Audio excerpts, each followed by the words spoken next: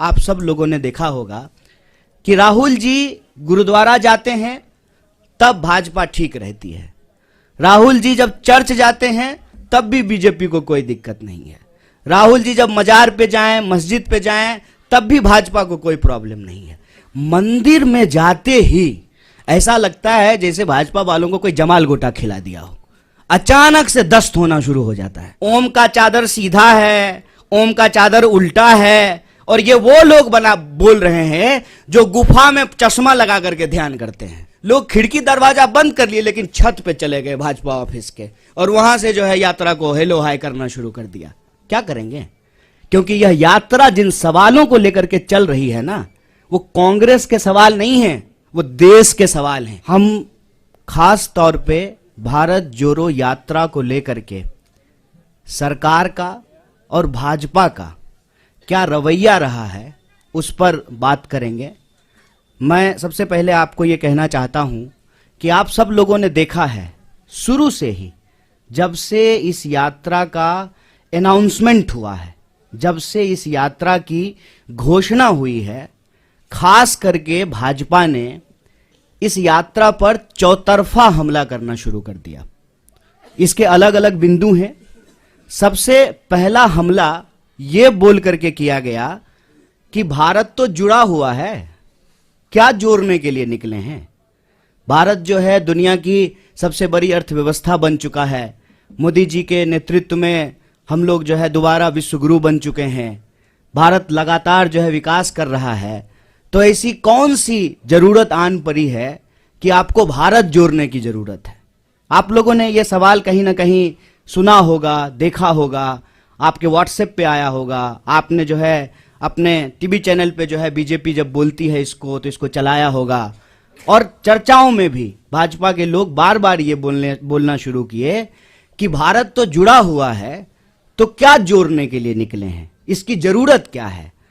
तो मैं एक काउंटर सवाल आज उनका जो ये हमला था उसका करना चाहता हूं कि भारत जब जुड़ा हुआ है और भारत जोड़ो यात्रा की कोई प्रासंगिकता ही नहीं है आपके नजर में, तो आप इसकी चर्चा क्यों कर रहे हैं? हेल्थ मिनिस्टर इतना इंपॉर्टेंट पोस्ट होता है, उनको क्या जरूरत है इंक बर्बाद करने की, पेपर बर्बाद करने की, भारत जोड़ो यात्रा को लेकर के लेटर लिखने की? जिसकी जरूरत ही नहीं है उनके नजर में, उसकी चर्चा वो क्यों कर रहे हैं? पहला प्रश्न उनसे पूछा जाना चाहिए। हम ये समझते हैं कि देश जुड़ा हुआ है जमीनी तौर पर, भौगोलिक तौर पर, देश जुड़ा रहे भावनात्मक तौर पर भी, क्योंकि देश हमेशा देश के लोगों से बनता है। लोगों को हटा करके कोई देश नहीं होता है। देश के लिए लोग भी जरूरी होते हैं, जमीन भी जरूरी होती है, और देश की संप्रभुता, उसकी आजादी भी जरूरी होती है। हमारे पास संप्रभुता है और उसी संप्रभुता के आधार पर जो है हम अपनी सीमाओं को लेकर के, सुरक्षा को लेकर के सरकार से सवाल पूछते हैं कि हमारी संप्रभुता अक्षुण्ण रहे।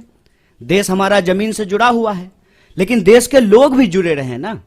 जब इस देश के लोगों को उनके पहचान के आधार पर बांटा जाता है, उनके अंदर भेदभाव पैदा किया जाता है, एक के खिलाफ जब दूसरे को खड़ा किया जाता है, तो देशवासियों को आपस में तोड़ने की कोशिश की जाती है। और देश अगर भावनात्मक रूप से नहीं जुड़ा रहेगा तो आप जमीन से भी बहुत देर तक जोड़ के नहीं रख पाएंगे। इसीलिए देशवासियों को आपस में जोड़ना जरूरी है। और पहले दिन से हमने कहा कि यह यात्रा दिलों को जोड़ने की यात्रा है। हम चाहते हैं कि देश में मोहब्बत हो। यह जो नफरत की बयार लगातार बह रही है, इस नफरत को हराया जाए, क्योंकि अगर नफरत का माहौल रहेगा तो देश के भीतर जो बुनियादी सवाल हैं, रोजी रोटी, कपड़ा, मकान, शिक्षा, स्वास्थ्य, सड़क, बिजली, पानी, ये मुद्दे गायब हो जाएंगे राजनीति के विमर्श से। हमारी मंशा बिल्कुल साफ थी। तो जो लोग ये पूछ रहे थे उनको ये समझना था, ये सवाल खुद से पूछना था कि क्या जब इस देश में भर्ती घोटाला होता है, भर्तियां नहीं होती हैं, जब किसी इंसान के साथ सरेआम मारपीट होती है, महिलाओं के साथ बलात्कार होता है, तो आपकी भावना नहीं टूटती है, नौजवानों के सपने नहीं टूटते हैं? उसी भावनाओं को जोड़ने के लिए, उसी सपने को जोड़ने के लिए यात्रा है। तो पहला हमला उन्होंने ये किया कि भारत जोड़ो यात्रा की जरूरत क्या है। दूसरा हमला जब यात्रा शुरू हुई तब उन्होंने दूसरा हमला किया, और ये बड़े शर्म की बात है और बड़ी सोचने की बात है। हमारे बीच में भी मेंबर ऑफ पार्लियामेंट बैठे हुए हैं, इलेक्टेड रिप्रेजेंटेटिव्स हैं। इलेक्टेड रिप्रेजेंटेटिव की एक जिम्मेवारी होती है कि वो जब भी बोले तो सोच समझ करके बोलें, ताकि हम भी उनको फॉलो करें, हम भी उनसे सीखें। और मैं तो कहता हूं कि आज अगर नेताओं की बात पे भरोसा करके कोई स्टूडेंट उसको सच मान ले और परीक्षा में वही लिख दे तो वो फेल हो जाएगा, क्योंकि वो इतना झूठ बोलते हैं, इतना गलत बोलते हैं। आप याद कीजिए, दूसरा हमला हुआ जिस दिन यात्रा शुरू हुई, देश के मंत्री के द्वारा, चुने हुए रिप्रेजेंटेटिव के द्वारा झूठ बोला गया कि राहुल जी जो है विवेकानंद जी की मूर्ति पे नहीं गए थे। तो दूसरा हमला उन्होंने किया कि यात्रा जब शुरू हो गई है तो उसको बदनाम करने का। और यहीं पे यह बात रुकी नहीं, फिर बात आ गई जूते पर, फिर बात आ गई फीते पर, फिर बात आ गई टी शर्ट पर, फिर बात आ गई दाढ़ी पर, फिर बात आ गई महिलाओं पर। और यहां पर भी वो रुके नहीं, माने नहीं, हर दिन कुछ ना कुछ निकालना शुरू किए। और जब हकीकत में कुछ नहीं मिला तो जो उनका तीसरा हमला था, जो उनका डर्टी ट्रिक डिपार्टमेंट जो करता है कि किसी का सर किसी के जो है सर के ऊपर लगा दो, किसी का आवाज कहीं पे चिपका दो, यात्रा को लेकर के नकली वीडियो बनाना शुरू किए। यात्रा जब आगे चली जाती है तो पीछे सड़क खाली ही होगी, यात्रा आगे बढ़ गई है तो उस खाली सड़क का वीडियो बना करके दिखाते हैं, कोई है ही नहीं। अरे भाई, जब कोई है ही नहीं, कोई लोग यात्रा में आ ही नहीं रहा है, तो क्यों आपको अभी जो है प्रोटोकॉल की याद पड़ी है? कोरोना प्रोटोकॉल की जरूरत क्यों है? क्योंकि आप तो यही दिखा रहे हैं वीडियो बना बना करके कि कोई यात्रा में आ ही नहीं रहा है। जब कोई यात्रा में आ ही नहीं रहा है तो क्या पेड़ को मास्क पहना दें कि सड़क जो है लपेट करके कंधे पर रख दें राहुल जी के कि नहीं नहीं आप आगे बढ़ गए हैं, सड़क को पीछे कैसे छोड़ दिए हैं, इसको भी लपेट करके कंधे पर ले जाइए। वीडियो, नकली वीडियो, कभी जो है तबलीगी जमात तो कभी कुछ नकली वीडियो बना रहे हैं।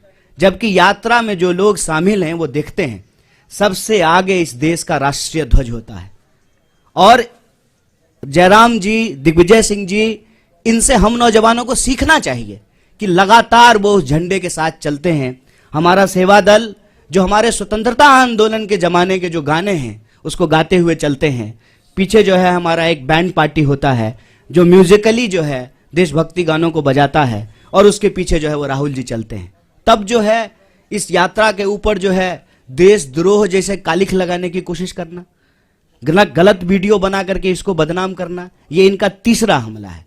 और चौथा हमला आप सब लोगों ने देखा होगा कि राहुल जी गुरुद्वारा जाते हैं तब भाजपा ठीक रहती है, राहुल जी जब चर्च जाते हैं तब भी बीजेपी को कोई दिक्कत नहीं है, राहुल जी जब मजार पे जाएं, मस्जिद पे जाएं तब भी भाजपा को कोई प्रॉब्लम नहीं है।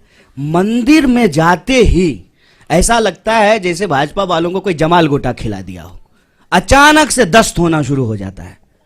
क्या प्रॉब्लम है आपको? इस देश का नागरिक, इस देश का व्यक्ति, इस देश के किसी भी धार्मिक संस्थान पर जाने के लिए स्वतंत्र है। आपका कोई जो है पेटेंट है क्या कि सिर्फ आप ही जाएंगे? और नियम, कायदे, कानून, ओम का चादर सीधा है, ओम का चादर उल्टा है, और ये वो लोग बोल रहे हैं जो गुफा में चश्मा लगा करके ध्यान करते हैं। ये जो चल रहा है इससे मैं बस एक अर्थ निकालता हूं कि इन्होंने बहुत कोशिश की कि इस यात्रा को इग्नोर किया जाए।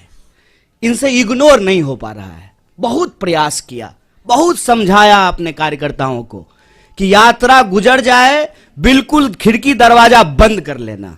इंसान की अपनी भी इच्छा होती है, इंसान की अपनी भी बुद्धि होती है। लोग खिड़की दरवाजा बंद कर लिए लेकिन छत पे चले गए भाजपा ऑफिस के और वहां से जो है यात्रा को हेलो हाय करना शुरू कर दिया। क्या करेंगे? क्योंकि यह यात्रा जिन सवालों को लेकर के चल रही है ना, वो कांग्रेस के सवाल नहीं है, वो देश के सवाल हैं। ये यात्रा इसलिए है कि इस देश में दिहाड़ी मजदूर आत्महत्या कर रहे हैं, रिपोर्ट उठा करके देख लीजिए।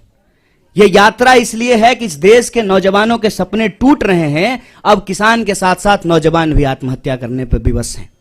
आप व्यापारियों, छोटे व्यापारियों की हालत जाकर के देखिए कि किस तरीके से उनके उद्योग धंधे, उनका कारोबार जो है वो समाप्त किया जा रहा है। आप महिलाएं जब इसमें शामिल होती हैं तो उनका एक ही सवाल है कि हम सुरक्षा चाहते हैं, जिस तरीके से आज महिलाओं के ऊपर अत्याचार बढ़े हैं, वो उससे सुरक्षा चाहते हैं। अपने अपने मुद्दों को लेकर के जवान, किसान, नौजवान, महिलाएं, मजदूर, व्यापारी, प्रोफेशनल्स, मीडिया के लोग, पुराने प्रोफेसर्स, फिल्म से जुड़े हुए लोग, तमाम तरह के लोग इस यात्रा में शामिल हो रहे हैं। और जो दल की सीमा है, उस दल की सीमा से परे जाकर के यह यात्रा देश की यात्रा बन चुकी है। इसीलिए इनका जो क्लेम था ना कि सबसे बड़े देश के लिए, देश हित में सोचने वाले ये हैं, तो ये एक्सपोज होना शुरू हो गए हैं और इससे इनको घबराहट है। इनको मालूम है कि कांग्रेस पार्टी इस देश की सबसे बड़ी विपक्षी पार्टी है।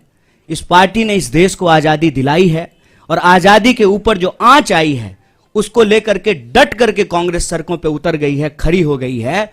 तो अब इनको चिंता सताने लगी है, इसीलिए अब नया बहाना आया है। कोई समझाए इन प्रचंड मूर्खों को, कोरोना बहाना नहीं, बीमारी है। ये ऐसा नहीं है कि स्कूल जाने का मन नहीं है तो बच्चा नहीं करता है, मम्मी दांत में दर्द हो रहा है। ये बहाना नहीं है, ये बीमारी है। और इस बीमारी को लेकर के राहुल जी इस देश के पहले नेता हैं जो सरकार को सबसे पहले चिट्ठी लिखे थे। और ये वो लोग सवाल पूछ रहे हैं। मुझे तो कभी लगता है कि कुछ स्पेशल रिलेशन है बीजेपी का कोरोना से। उसकी रैली में नहीं जाता है, दूसरी की रैली में चला जाता है। और डे नाइट का सेंस कितना है कोरोना को, दिन में हो जाता है, रात में नहीं होता है। आप लोगों ने देखा ना, पार्लियामेंट में कोरोना था, मास्क लगाए हुए थे। शादी में जाते जाते कोरोना चला गया, छुट्टी पे चला जाता है, आराम करता है। ये मजाक बना दिए हैं। हम बार बार कह रहे हैं, शुरू से लेकर के आज तक कोरोना को लेकर के हमारी पार्टी गंभीर है। और जो साइंटिफिक प्रोटोकॉल होगा वो सबके लिए होगा। ऐसा तो नहीं है कि बीजेपी के लिए नहीं होगा और कांग्रेस के लिए होगा। ऐसा तो नहीं है कि दूसरे आयोजन होंगे, ये आयोजन नहीं होगा, वो सबके लिए होगा।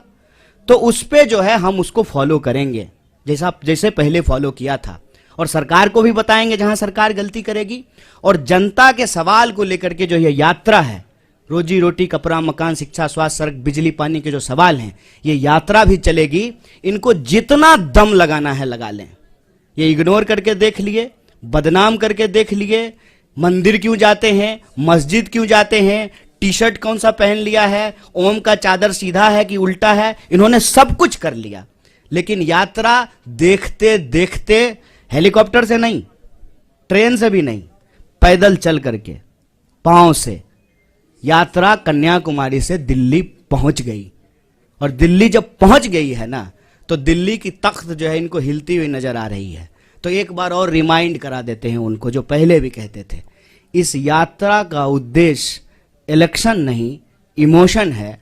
आप इमोशन साफ रखिए। इस यात्रा से आपको कोई थ्रेट नहीं होगा, क्योंकि हम इस यात्रा के माध्यम से भीड़ नहीं जुटाना चाहते हैं। हम चाहते हैं कि इस देश के नागरिक अपने सवालों को लेकर के, नागरिक, भीड़ नहीं, अपने सवालों को लेकर के इस यात्रा में शामिल हो। और यह यात्रा जिस तरह से कन्याकुमारी से चली है, यह यात्रा कश्मीर तक जाएगी।